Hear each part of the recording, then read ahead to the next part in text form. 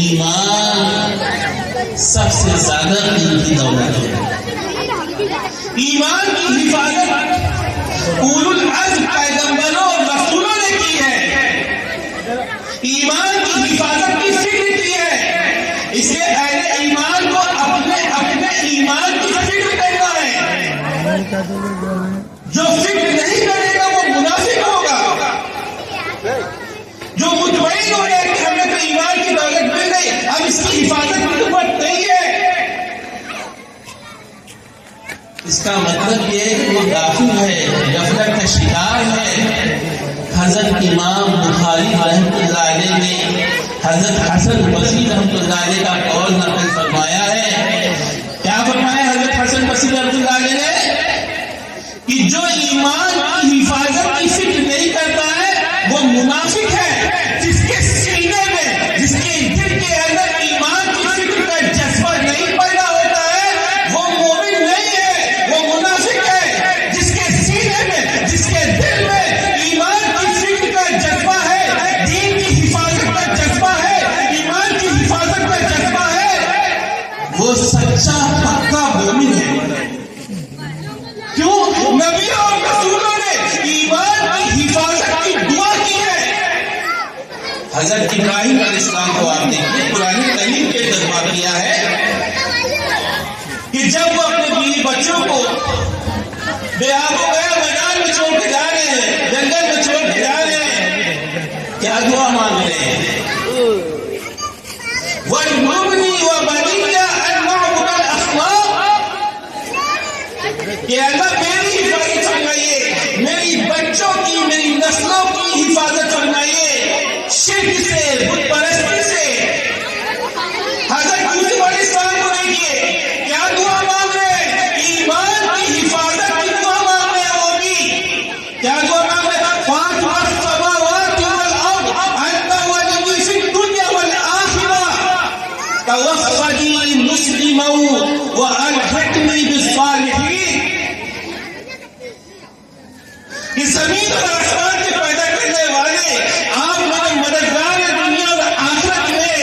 مجھے وفات دیجیے گا، موت دیجیے گا اس حال میں کہ میں مسلمان ہوں، ایمان کی حالت میں ہوں. کون مان رہے ہیں؟ حضرت یوسف علیہ السلام. اور قرآن میں ربنا لا تزغ قلوبنا بعد إذ هديتنا، اے ہمارے رب، اے ہمارے پروردگار، ہدایت دینے کے بعد ہمارے دلوں کو گمراہ نہ کیجیے گا، تغییر نہ کیجیے گا، تیرا نہ کیجیے گا، ایمان سے الگ نہ ہٹائیے گا. سورہ آل عمران کی اللہ کے رسول صلی اللہ علیہ وسلم دعا مانگتے تھے کہ ایمان کی حفاظت کی.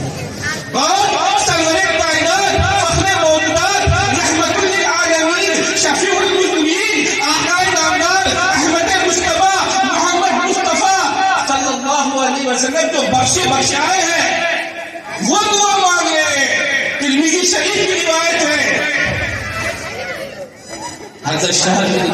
حوشب وہ فرما رہے ہیں ام المؤمنین حضرت ام سلمہ رضی اللہ عنہا سے کہ اللہ کے رسول صلی اللہ علیہ وسلم جب آپ کی باری کے دن پر گھر پر موجود ہوتے، تشریف فرما ہوتے، تو سب سے زیادہ کیا دعا؟ غور سنیے گا، یہ دعا ہمیں بھی ماننی ہے، ہمارے بچوں کو بھی ماننی ہے، ہمارے گھر کی ماؤں بہنوں سبھی کو کرنی ہے دعا. جس دور میں ہم جی رہے ہیں، زندگی گزار رہے ہیں، وہاں اس دور میں ایمان کے غلو کو مٹانے کی کوشش کی جا رہی ہے. ایمان کے ساتھ ساتھ ایمان بنانے کے لیے جتنی بھی چیزیں ہیں، جتنے بھی وسائل ہیں، وہ سب مٹانے کی کوشش کی جا رہی ہے. کیا دعا مانگیے؟ ام سلمہ فرماتی ہیں اللہ کے رسول صلی اللہ علیہ وسلم بار بار یہ دعا کرتے ہیں. کیا؟ یا مقلب القلوب ثبت قلبی علی دینک، اے دلوں کو پھیرنے والے، الٹ پلٹ کرنے والے، میرے دل کو دین و ایمان پر مضبوطی کے ساتھ جمع کیجیے، ثابت کرنا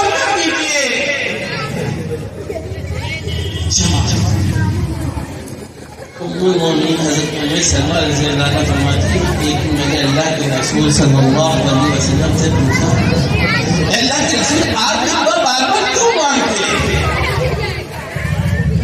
اللہ کے رسول صلی اللہ علیہ وسلم نے ارشاد فرمایا اے ام سلمہ کیا تمہیں معلوم ہے اللہ تعالیٰ کے بندوں کے دلوں اللہ تعالیٰ کی دو انگلیوں کے درمیان فرق رہتے ہیں اللہ جس کو چاہتا ہے ہدایت کی دولت نصیب فرماتا ہے اور اللہ جس کو چاہتا ہے ہدایت سے ہٹا دیتا ہے اس لیے میں ایک کثرت سے دعا مانگتا ہوں ایمان کی حفاظت دین کی حفاظت اس کی محنت پیغمبروں نے رسولوں نے کی اس کے بعد جو ان کے وارثین ہیں علماء کرام بزرگان دین انہوں نے بھی کی ہے یہ مدارس کے مکاتب یہ اس کے وجود میں ہے پوری دنیا میں جو مدارس میں مساجد ہیں مکاتب میں کیوں وجود میں آئے اسی وجہ سے یہی پس منظر ہے کہ دین کی حفاظت ایمان کی حفاظت ہو سکے یہ مکہ جو ہے یہ دین کی حفاظت کا قلعہ ہے یہ مدارس قلعے ہیں اسی ملک ہندوستان کی آزادی کی بات اسکولوں سے کالج سے سلیبس سے تعلیمی نصاب سے جب دین کی باتیں نکال دی گئی ایمان کی باتیں نکال دی گئی تو ہمارے اکابر کو فکر ہوئی کہ جو انداز تعلیم ہے اسکولوں کا کالجز کا اگر ہمارا بچہ صرف اسکول اور کالجز میں پڑھتا رہا تو ایک دن وہ اس کا ایمان نہیں بچے گا اس کا ایمان بچے گا نہیں حضرت مولانا مفکر اسلام حضرت مولانا ابو الحسن علی ندوی رحمۃ اللہ علیہ فرماتے ہیں کہ ہمارے جو بچے اسکولوں کالجز میں جو پڑھنے والے ہیں اگر ان کے لیے علیحدہ سے دین کی تعلیم کا انتظام نہیں کیا گیا بندوبست نہیں کیا تو میں علم و معرفت کی بنیاد پر یہ بات کہتا ہوں کہ آپ کے بچے کا اسلام باقی نہیں رہے گا ایمان باقی نہیں رہے گا ہم اپنے بچوں کو کس چیز کی تعلیم دے رہے ہیں یہ ہمارے اکابر کی سوچ ہے ہماری فکر کیا ہے ہماری فکر کیا ہے ہم مادیت پرست ہو گئے مال و دولت کی تعلیم دے رہے اپنے بچوں کو فجر کی نماز کے لیے نہیں اٹھائے گئے آپ کسی وہ گھر بڑا خوش نصیب ہوگا کہ جس کے گھر والے یہ کہتے ہیں بچے رات کو جلدی سو جا صبح فجر میں تمہیں اٹھنا ہے فجر کی نماز پڑھنی ہے ہم لوگ کیا کہتے ہیں اپنے بچوں سے اسکول جانا ہے بیٹا جلدی سے سو جاؤ اسکول جانا ہے یہ جو ہماری ایکٹیویٹیز ہے ہم کر رہے ہیں یہ سائلنٹ میسج ہے کہ ہم اپنے بچوں سے کہہ رہے ہیں نماز کی کوئی اہمیت نہیں ہے موسیقی کہہ رہا ہے نیند سے بہتر نماز ہے فجر کی اور اللہ کے حبیب جناب محمد رسول اللہ صلی اللہ علیہ وسلم فرمانے کہ جب بندہ فجر کی نماز پڑھتا ہے تو وہ اللہ کی پناہ میں آ جاتا ہے اللہ کی حفظ و امان میں آ جاتا ہے اللہ کی حفاظت میں آ جاتا ہے اور ہم اپنے بچوں سے کہہ رہے ہیں اسکول جانے کی جائے مدرسے اور مکتب میں اپنے بچوں کو ہم پہنچانے نہیں جاتے اسکول کو پہنچانے جائیں گے اسکول کے لیے ڈریس میں لا کے دیں گے 3-4 ہزار 5-5 ہزار کا سلیبس لا کے دیں گے لیکن مدرسے اور مکتب اپنے بچوں کو پہنچانے، بچہ گھنٹہ چلا جا رہا، کوئی فکر نہیں، وداؤٹ بغیر کرتے پجامے کی اسلامی لباس کے چلا جا رہا، پینٹ شرٹ میں نہیں چلا رہا، جانے تو کیا ہے؟ مدرسے میں پڑھنے والا بچہ کمزور ہے تو کیا کرے؟ اس کو استاد کی غلطی، استاد نے صحیح سے پڑھایا نہیں، اور اسکول میں بچہ پڑھنے والا کمزور ہے تو ہمارے الفاظ کیا ہوتے ہیں کہ ہمارا بچہ بہت کمزور ہے، اس پر ٹیوشن کی ضرورت ہے۔